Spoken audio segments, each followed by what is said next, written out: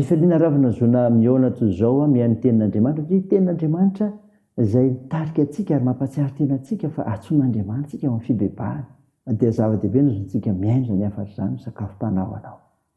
Ho aminareo izay olona voantso mahalala an'Andriamanitra ray sy voatahiry ho an'i Kristy Jesosy Kristy ampitomboina ao anareo ny famondram-po sy fiadanana ary fitiavana.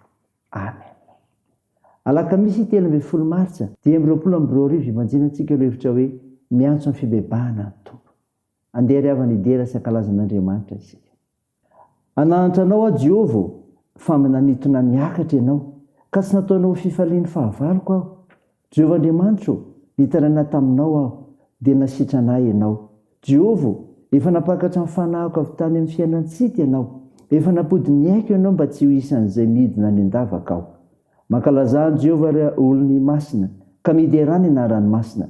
Fandray ny mpimaso ihany ny fahatezerany nefa mandritry ny andro iainana kosa fankasitrahany. Amin'ny hariva dia misy tomanina tonga hivahiny lokala fa noho ny maraina kosa dia misy fiompiana. Amen.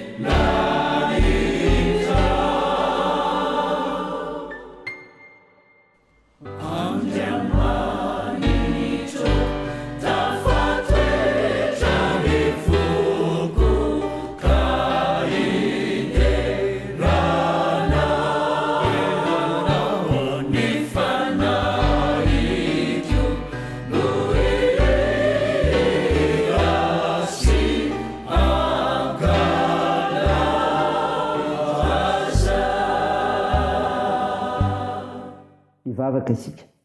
Ry Tompo Andriamanitra io, Andriamanitra mijery ny hoiraka ao ianao, ka mampiaiky ny olonao ny famonjena ataonao no misy herinao.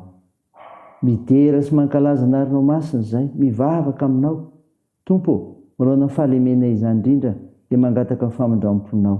mamindra fo aminay ary mamelahany erikay hafao zahay feno fananao masina zay anazavanay ny amin'ny fanambarany teninao ziovakina aminay aizanay manatona anao zay miantso anay amantarina ny sitrapon'Andriamanitra minaran'i Jesosy Kristy mpamonjy anay nanaovanay izany mivavaka izany amen. Ny ofinainao antsika amin'ny unité ravina malala dia hitanao amin'ny boky ny asan'ny apôstôly. Asan'ny apôstôly toko 5 ka ny 9:20 ka hatramin'ny 2:30 mivaky toy izao aminaran'i Jesosy. Fa Petera sy ny apôstôly namalika nanao hoe Andriamanitra ny tokony ekena mihoatra noho ny olona. Andriamanitra nrazantsika efa nanangana an'i Jesosy izay novonoan'ny tananareo na nahatonareo teo amin'ny hazo. Izy nasandratry ny tanana ankavan'Andriamanitra ho tompo sy mpamonjy amin'ny fibebahana sy famelan-keloka ho an'i Israely. Ary izay dia vavolombelon'izany zavatra izany. Ary fanamasina koa izay famen'Andriamanitra ny manaiky azy. Amen. Ray masino manamasinana ny fahamarinana, ny teninao ny fahamarinana. Amen. Ravina malala, ao aminao ny fiadanana, dia fiadanan'ilay Jesosy Kristy, ilay mifidy sy miantso anao. Ny ofinaina novakina tamintsika ravina kahintsika teo ny boky ny asan'ny apôstôly toko 5, 9:20 dia tantara milaza ny namatory ny apôstôly rehetra sy ny fanatrehany ireo teo anatrehany sy natrony. Ka ny olona mijoro vavolombelon'i Kristy dia izao, olona makatony tenin'Andriamanitra. Izany ravina nitsapeta. Hoe ny 9:20 Andriamanitra no tokony ekena mihoatra noho ny olona. Teny nataon'i Petera manoloana sy nidrona sy mpisorona be izany ravana. Norarana tsy hitory an'i Jesosy Kristy izy, nampidirina tao an-trano maizina kanefa Andriamanitra nanafaka sy naniraka azy mbola nambaratra ny filazantsara. Ary nataony tamin'ny fahasahiny izany satria lehibe tamin'ny baiko omen'Andriamanitra azy. Fianarana ho antsika kristiany izany, ho anao koa ankehitriny.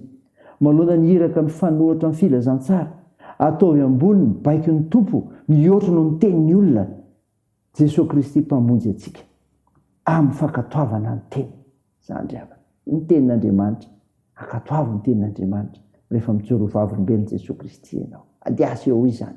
Fa izao koa ny faharoa, manambara ny fahotan'ny olona. Ny 9:30 izay novonoan'ny tananareo, nahantonareo teo amin'ny hazo. Nambaran'i Petera ravana teo anatrehany sy niatrehana sy mpisorona be, fa izy ireo no namono an'i Jesosy tamin'ny hazo fijaliana. Io Jesosy izay novonoan'izy ireo io nefa no amin'ny fibebahana sy famelan-keloka. Nanambara fahaditson'ny olona Petera, toy izany ihany koa, tafiditra anatin'ny toriteny, fitaomana ny olona hibebaka ny filazana ny fahotana vitany sy ny fitaomana ny mpanota andray famelan-keloka avy amin'i Jesosy Kristy. Ka tsy tokony hisy tafitohana ny filazana ny fahotana vitany ao anaty toriteny ny mpino, fa izao hanaiky hiverina amin'ny tompo kosa. Izany ravana. Mba atonganao andinika ny tenanao. Raha sendra voalaza amin'ny fitoriteny, ny amin'izay mety ho fahotanao, dia izao aza tafitohana, fa andana mibebaka, antsoin'Andriamanitra nao hibebaka noho izany, mety ho fahotanao, dia hanaiky hiverina amin'ny tompo. Izany ravana. Saina izany, dia nio izany, ho voninahitr'Andriamanitra. Amen. Dia hivavaka isika. Tompo, misaotra ny mofinaina nomenao izay milaza ny amin'ny olona mijoro vavolombelonao Jesosy Kristy. Dia izy olona mankatony teninao Andriamanitra, ny olona manambara ny fahotan'ny olona ny vatana ihany koa. Tompo, mameraka manokana ny tokantranonay aminao izay. Ho tarihinao ka ianao no miara-manapaka sy mandidy aminay ary iorenana izany. Eny hamonjy sy hampaseranay amin'ny zavatra rehetra. Tompo, tahira manandraikitra amin'ny fitsaboana ka hanasitrahanareo marary mila ny vavakay.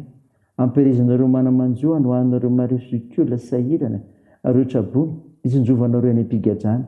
Hitahinao ny fiazakazahanay sy ny asanay ary ny fikasanay, ny fianarana, satria amponizara ho anay mantsy ny fahasoavanao. Ka io firenenay, ka hiasa mahery ny fananao masina, amin'ireo tompona raiky mpanjakana sy mivoaka malagasy didina aminao Jesosy Kristy. Fianao ny mpamonjy anay. Ny vavakay, dia ataony anaran'i Jesosy Kristy mpanavitra sy mpamonjy anay, miaraka amin'ilay vavaka nampimonina anay manao hoe: Ranay izay ny an-danitra, ao masina anie ny anaranao, ho tonga anie ny fanjakanao, ataony sitraponao ety an-tany ho tahaka ny an-danitra. Mihena izy anona sahaza ao anay, ary mamelaha ny erikay tahaka ny namelanay izay meloka taminay, ary aza mitondra anay amin'ny fakapanahy, fa manafanay amin'ny ratsy. Fanao ny fanjakana sy ny hery, ary ny voninahitra mandrakizay. Amen. Raha izay fotoana ravina nitsodrano, tolotra anao minaran'i Jesosy Kristy. I Jehovah no mpiaro anao, i Jehovah no fialofanao amin'ny ankavananao. Ny masoandro tsy mba melanao noho ny andro na ny volana noho ny alina. Jehovah hiaranao amin'ny ratsy rehetra, eny hiaro ny fanahinao izy. Jehovah hiaranao na mivoaka na miditra hatramin'izao ka ho mandrakizay. Amen. Ho an'Andriamanitra hery ny voninahitra amin'ny anaran'ny Ray sy ny Zanaka ary ny fanahy masina. Amen.